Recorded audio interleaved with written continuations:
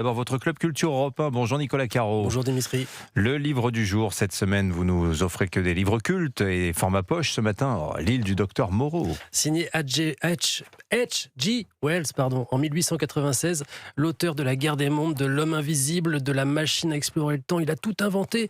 Il avait des idées, des intuitions géniales, et dans l'île du docteur Moreau, il verse dans le roman fantastique, voire roman d'horreur. Ça commence comme un bon roman d'aventure, je lis.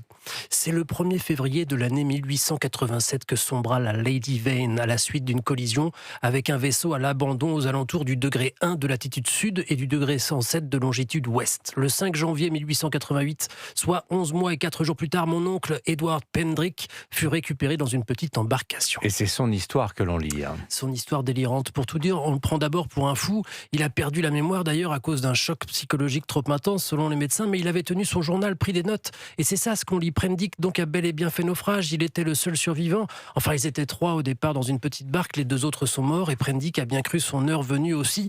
Heureusement, une goélette qui passait par là le sauve et l'embarque jusqu'à sa destination, une île, à bord des animaux et un certain Montgomery, l'assistant du docteur Moreau qui mène des expériences. Ouais, il crée des animaux étranges. Exactement.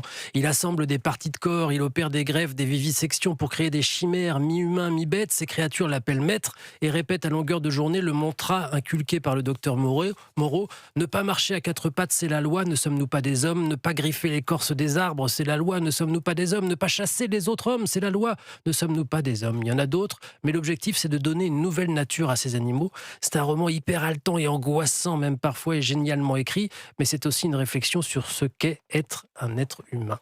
Voilà, l'île du docteur Moreau, c'est Herbert George, non, c'est ça? Oui, exactement. Herbert George Wells. H.G. H.G. Wells. Merci beaucoup, Nicolas Caro. 8h36.